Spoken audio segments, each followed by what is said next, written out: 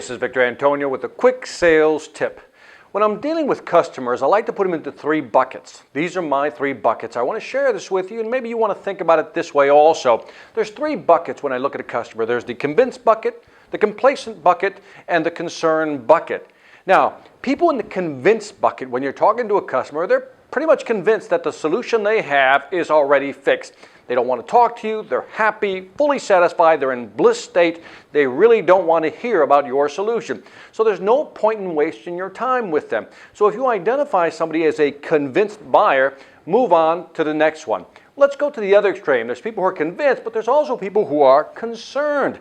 These are people who know a problem exists, they need to fix it, they need to do something about it. These are the people you love to have in front of you when you have the right solution. This is the low-hanging fruit in sales, because when people are in a concerned state, they already know that they have to change. You don't have to convince them, you just have to present the right solution.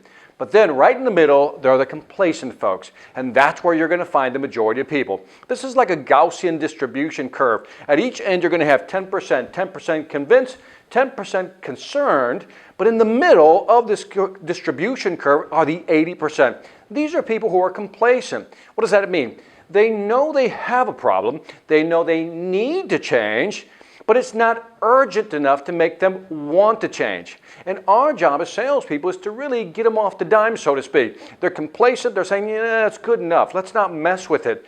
So our job, our goal, is to make them uncomfortable. That is to make them realize how much money they're losing by not acting, by not taking action. And that's our job as salespeople. So again, when you're talking to a customer, ask yourself, as you're talking to them, asking questions, listening to what they're saying, put them in the convinced bucket, are they in the complacent bucket, or are they in the concerned bucket? Based on what you hear and what you determine will allow you to adjust your sales strategy. If you know they're convinced, well, you might just want to have a polite conversation and then move on. If they're concerned, perfect. Let's find out what you're concerned about. Let's see if we have the right solution. If they're in the complacent bucket, right in the middle where the majority are at, the question is, how do we get them to get up and do something about it, move, so to speak, and move them into the concerned bucket so they'll make a decision. This is Victor Antonio with a quick sales training tip reminding you, selling ain't hard when you know how. Take care.